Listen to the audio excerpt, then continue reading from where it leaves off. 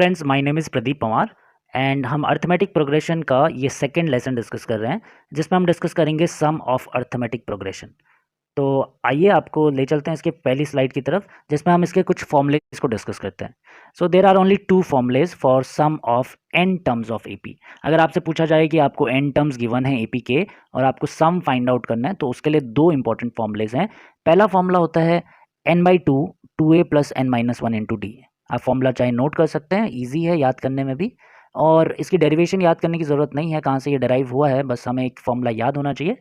जहाँ पर एन होता है नंबर ऑफ टर्म्स, ए होता है फर्स्ट टर्म एंड डी होता है कॉमन डिफरेंस। तो sum S is given by n by two, two a plus n minus one into d. I hope आपको क्लियर होगा फॉर्मूला, आप पहले भी पढ़ चुके हैं 11th क्लास में। Second formula is when the first term is given and the last term is given, then we can apply this formula also. उस केस में हम ये अप्लाई भी कर सकते हैं, S is equal to n by two into first term plus last term.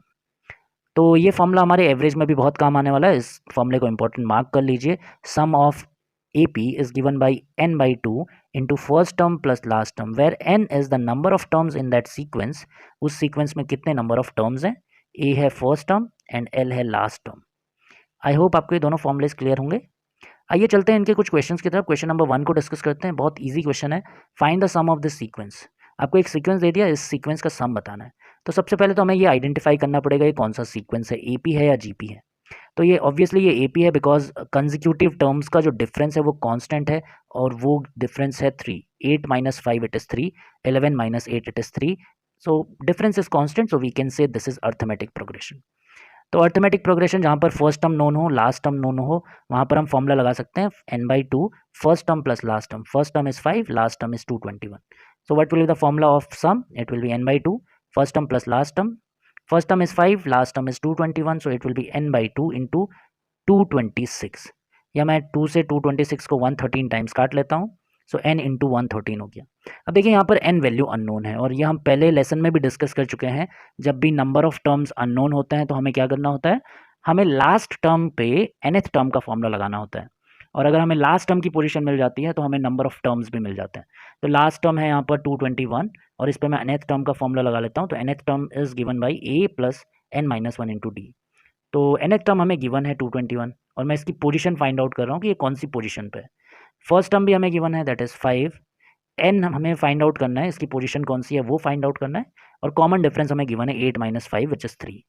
इसको हमने सॉल्व किया तो 3 इधर जाके माइनस हो जाएगा, 221 माइनस 5 216 बच जाएगा, and n minus one into 3 हो जाएगा राइट साइड में। नाउ 3 से ये वैल्यू कट जाएगी, 3 7 21, 3 2 6, 72 टाइम्स एन माइनस वन। तो एन की वैल्यू यहाँ से 73 आ जाती है।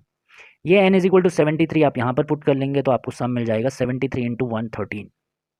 आप इसे सॉल्व कर सकते हैं, आंसर आ जाएगा आपका 8249। इट मीन्स इस सीक्वेंस का जो सम होगा वो होगा 8249। आई होप आपको ये क्वेश्चन क्लियर होगा, बिकॉज ये बेसिक सा क्वेश्चन है। अगर आपको ये क्लियर नहीं है तो आप कमेंट बॉक्स में पूछ सकते हैं इस क्वेश्चन के बारे में। चलते हैं नेक्स्ट क्वेश्चन की तरफ।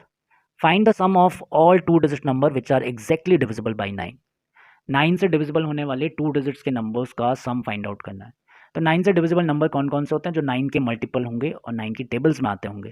तो 9 की टेबल में 9 आता है, 18 आता है, 27 आता है, 36 आता है, 45 एंड सो ऑन आते जाते हैं। लेकिन हमें केवल 2 डिजिट के नंबर चाहिए। इसका मतलब स्टार्ट होगा 18 से, 9 नहीं हो सकता है, और एंड कहाँ पर होगा, 99 पे होगा, बिकॉज उससे आगे भी नहीं हो सकता है, 2 डिजिट के नंबर चाहिए। तो my sequence will start with 18, 27, 36, 45 and last will be 99। इन सब का हमें सम फाइंड आउट करना है, इन सारे नंबर्स का सम। तो अगेन फर्स्ट टर्म गिवन है, लास्ट टर्म गिवन है, तो मैं ये वाला फॉर्मूला लगा सकता हूँ, sum of series, sum of this sequence is given by n by two, first term plus last term. First term is 18, last term is 99। Now n value is unknown, कि इस सीक्वेंस में कितने number of terms हैं। तो देखिए ये तो छोटा सीक्वेंस है, आप काउंट भी कर सकते हैं, तो नंबर ऑफ वैल्यूज आ जाती हैं 10। अगर आपको काउंट नहीं करना है तो उस केस में आप nth टर्म का फॉर्मूला लगा सकते हैं लास्ट टर्म पे, विच इज 99। तो 99 is equal to a plus n minus one into d. A is 18, n minus one into d is common difference, और क्योंकि 9 की टेबल चल रही है तो कॉमन डिफरेंस भी 9 ही होगा। और हम इसे सॉल्व करते हैं तो 99 minus 18 it will be 81 and is equal to 9 into n minus one. तो एन माइनस वन की वैल्यू 9 9 से 81, 9 आ गई। इसका मतलब एन की वैल्यू हो गई 10। तो नंबर ऑफ टर्म्स इस सीक्वेंस में है 10, और मैं यहाँ पर अगर 10 वैल्यू पुट करता हूँ तो 10 by two, n by two की जगह 10 बाई टू हो गया है, और 18 प्लस 99, तो 2 5 ज़ा 10 and 99 plus 18 it will be 117. तो it is 585. So answer to this question is 585. I hope आपको ये क्वेश्चन भी क्लियर हो गया होगा, काफ़ी इजी क्वेश्चन है. चलते हैं नेक्स्ट क्वेश्चन की तरफ. Question number 3. What is the sum of all positive integers up to 1000 which are divisible by 5 but not divisible by 2? आपको सारे पॉजिटिव इंटीजर्स का सम फाइंड आउट करना है जो कि 1000 के अंदर होने चाहिए, जो 5 से तो डिविजिबल होते हैं लेकिन 2 से नहीं होते हैं. तो देखिए ऐसा हर एक नंबर जो 5 से डिविजिबल होता है, जैसे 5 और दूसरा नंबर होगा 10, और 10 जो है वो 2 से भी डिविजिबल होता है. इसका मतलब 5 का एक नंबर 5 से डिविजिबल होता है और सेकंड मल्टीपल वाला नहीं होता है, थर्ड मल्टीपल वाला होता है, फोर्थ वाला नहीं होता है. इसका मतलब सीधा सीधा कंसेप्ट हो गया, हमें वो नंबर फाइंड आउट करने हैं जो 5 से तो डिविजिबल हो लेकिन 10 से डिविजिबल नहीं होने चाहिए. बिकॉज अगर 10 से डिविजिबल होगा तो 2 से तो डिविजिबल होगा ही होगा. ठीक है, तो अब मैं ऐसे नंबर्स का एक सीरीज लिख लेता हूँ, सीक्वेंस लिख लेता हूँ. तो first number will be 5, second number will be 15, 10 नहीं आएगा. इसके बाद 20 नहीं आएगा, 25 आएगा, 35 आएगा, 45, 55 and last number will be 995. Because 1000 नहीं हो सकता है, 1000 10 से भी डिविजिबल होता है. अभी सीक्वेंस में देखिए फर्स्ट टर्म गिवन है, लास्ट टर्म गिवन है, तो आप ये फॉर्मूला लगा सकते हैं, first term plus last term into n/2. N value again unknown है, तो जब भी एन वैल्यू अननोन होती है लास्ट टर्म पे हम nth टर्म का फॉर्मूला लगा लेते हैं. तो लास्ट टर्म है 995, nth टर्म के लिए a plus n minus 1 into D. a is first term which is 5, n is unknown and common difference is 10. 15 minus 5 is 10, 25 minus 15 is 10. तो you can solve 5 इधर जाके माइनस हो जाएगा तो 990 बन जाएगा. 990 से 10 अगर कटेगा, 10 काटेगा 990 को तो 99 बचेगा और -1 इधर जाके 100 कर देगा, तो नंबर ऑफ टर्म्स हो जाएंगे 100. वो 100 वैल्यू आप यहाँ पर पुट कर सकते हैं, 100/2 a प्लस l. तो 995 plus 5 it will be 1000 and 2 50s are 100. So 50 into 1000, answer to this question will be 50,000. So I hope this is clear to all of you that इसका answer हो जाएगा 50,000. Sum of all the numbers up to 1000 which are divisible by 5 but not divisible by 2. Move करते हैं next question की तरफ. First 4 terms of an AP is 28 and first 8 terms of that AP is 88. You need to find the sum of first 16 terms of the same AP. तो AP same है, तो just आपको सम का formula आप apply करेंगे तो answer आपका automatically आ जाएगा. Sum of first 4 term is given as 28. Now what is the sum of first 4 term? 4/2 n/2 into 2a plus n minus 1 into d. So 4/2 into 2a, n value is 4, 4 minus 1 into d, and that is given to you, that is 28. It means 2 2s are 4, 2 cancel out हो जाएगा. It becomes 2 से 28 14 times cancel out हो जाएगा, तो it becomes 2a plus 3d is equal to 14. This will be my equation number 1. Similarly, sum of first 8 terms is 88. So it becomes 8/2 n/2 because number of terms are 8. n/2 2a plus n minus 1. 8 minus 1 is 7d is equal to 88. So this will be 2 4s are 8 and 4 2s are 8, 4 2s are 8. It means 2a plus 7d is equal to 22. Now these are two equations you can solve for a and d. दोनों unknown है a and d. So equation 2 minus equation 1 करूँगा तो D की value आ जाएगी 7d minus 3d it will be 4d, 22 minus 14 it will be 8. So d value will be 2. You can put this d value in any of this equation. पहले equation में put कर लीजिए, तो यहाँ पर हो जाएगा 3 2s are 6, okay, and 6 will go this side, it will be 14 minus 6, that is 8.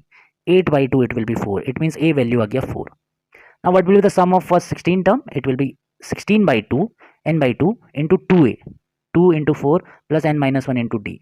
So it will be 8, 2 8 is 16, it will be 4 2 is 8, it will be 15 into 2 30. So 8 into 38 it will be 304. It means answer to this question is option number B, 304. तो ये भी बस एक formula based question था, ज़्यादा कुछ करने को नहीं था इसमें. चलते हैं नेक्स्ट क्वेश्चन की तरफ. T1 plus T5 plus T10 plus T20 plus T24 is equal to 225. Find the sum of 23 terms of that AP.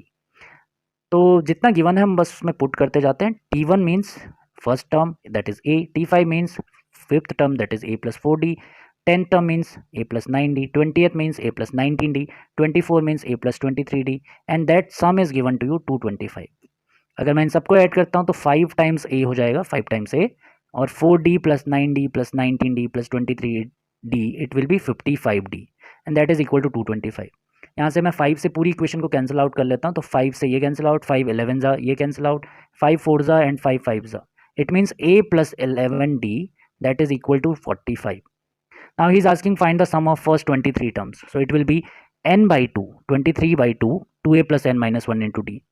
तो a वैल्यू अननोन है, लेकिन 23 और 2 से अगर पूरी इक्वेशन को मैं अंदर काटता हूँ तो 2 से 2 कैंसिल आउट हो जाएगा, 22 डिवाइडेड बाई 2 11d बचेगा। a प्लस 11d हमारे पास ऑलरेडी अवेलेबल है, that is 45। So answer will be 23 into 45 which is 1035। I hope this is clear to all of you. चलते हैं नेक्स्ट क्वेश्चन की तरफ। Now this is very interesting question. 1 minus 2 minus 3 plus 2 minus 3 minus 4 plus 3 minus 4 minus 5, find the sum of first 99 terms of this sequence. ये question देखिए CDS में पूछा गया, काफ़ी अच्छा क्वेश्चन है। तो इसको सॉल्व करते हैं। इसको सॉल्व करने के लिए हमें देखिए कोई आइडिया नहीं आ रहा है, तो हम क्या कर रहे हैं, इसमें 3 के पेयर बना रहे हैं। अब देखिए ये कैसे पता लगा 3 के पेयर बनाने हैं, बिकॉज यहाँ पर साइन चेंज हो जा रहा है। थर्ड टर्म के बाद again it is plus, again it is plus. तो यहाँ पर अगर मैंने फर्स्ट 3 टर्म का कॉम्बिनेशन लिया तो 1 माइनस 2 माइनस 3 माइनस 4 आया, 2 minus 3 minus 4 minus 5, 3 minus 5 minus 4 minus 5, it will be minus 6।